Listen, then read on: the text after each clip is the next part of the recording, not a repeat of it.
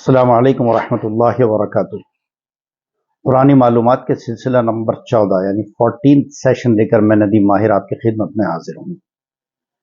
पुरानी मालूमात में अब हमारे पास से एक 3-4 जो हमारे ये सिलसिले हैं आइंदा ये बड़े अहम रहेंगे, जिसमें आज एक सिलसिले के ऊपर हम बात करेंगे और हम आपको ये बता दें कि आप आइंदा हमारे 2 सिलसिलों में भी हम जो गुफ्तगू करेंगे वो कुरान को किस तरह जमा किया गया और उसके जमा करने वाले कौन कौन सहाबा किराम थे और कातिबीन वही कौन थे। लेकिन आज की वीडियो में हम बात करेंगे कुरान की तफासीर के और तर्जुमों की। तो सबसे पहले आपको ये बता दें आज की इस मालूमाती सिलसिले में कि कुरान मजीद का सबसे पहला तर्जुमा बर सगीर में जो किया गया वो फारसी ज़बान में किया गया और ये अल्हम्दुलिल्लाह इम्तियाज़ हासिल हिंदुस्तान को है। हज़रत शाह वलीउल्लाह मुहद्दिस देहलवी रहमतुल्लाह अलैह जिनकी 1703 में जिनकी विलादत हुई और 1762 में 59 साल की उम्र में आपका इंतकाल हुआ। आपने सबसे पहले फारसी में इसका कुरान मजीद का तर्जमा किया, बल्कि जिस वक्त ये तर्जमा उस ज़माने में जब ये आया तो हज़रत शाह वलीउल्लाह का दौर जो है वो औरंगज़ेब आलमगीर रहमतुल्लाह अलैह के इंतकाल से चंद 3 साल पहले गालिबन आपकी विलादत हुई है। तो उस वक्त जब ये तर्जमा आया तो लोगों ने बड़ी मुखालफत की और लोग ये समझ रहे थे कि कुरान मजीद को किसी दूसरी ज़बान में मुंतकिल करना या उसका तर्जमा करना गोया बेअदबी है। चुनांचे इस पर बड़ा वावेला मचा और बड़ी हज़रत शाह वलीउल्लाह मुहद्दिस देहलवी को मुखालफत का सामना करना पड़ा। लेकिन फिर धीरे धीरे लोगों को ये बात समझ में आई कि कुरान मजीद को समझने के लिए किसी अपनी ज़बान में उसको तर्जमा करना या तफसीर करना कोई बेअदबी नहीं है, बल्कि ये एक बड़ी वक्त की ज़रूरत थी।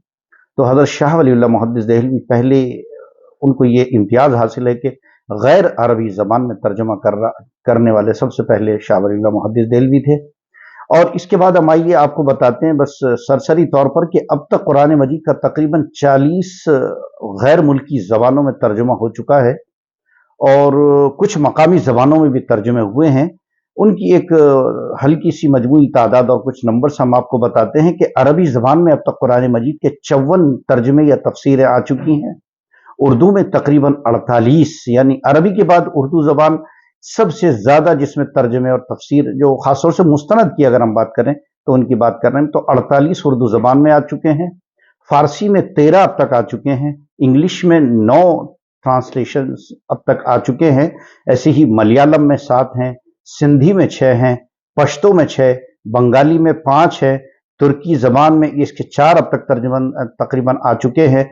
अल्बानवी में और चीनी में 3 आ चुके हैं, अल्बानवी में 5 आ चुके हैं, इंडोनेशियन लैंग्वेज में इसके 2 आ चुके हैं और सोमाली ज़बान में इसके 2 तर्जुमे आ चुके हैं। उज़्बेक ज़बान में 1 आया है और बाकी माली वगैरह में भी इसके माली में भी 1 तर्जुमा आ चुका है इसका और गुजराती में भी इसका 1 मुस्तनद तर्जुमा मौजूद है और तफासिर मौजूद हैं। अलावाज़ी बहुत सारी हैं, लेकिन ये हमने जो जहां तक हमारी मालूमात पहुंच सकी वहां हमने आपके लिए इन चीज़ों को इकट्ठा किया। आज की कुरानी मालूमात में ये तर्जुमा और तफासीर की हमने आपको मालूमात दी। इंशाअल्लाह कल जैसे हमने ऐलान किया कि कल और इंशाअल्लाह परसों हम 2 किस्तें हमारी कुरान के जमा के ऊपर हम बात करेंगे कि कातिबीन वही कौन थे और कुरान को किस तरीके से जमा किया गया। इंशाअल्लाहुल अज़ीज़ नदीम माहिर को इजाज़त दीजिए, कल फिर मालूमात कुरानी के सिलसिले में आपकी खिदमत में हाजिर होंगे। वीडियो को शेयर कीजिए, खैर को फैलाइए, हमें दुआ में याद रखिए, हम आपको दुआ में याद रखते हैं। खुदा हाफिज़।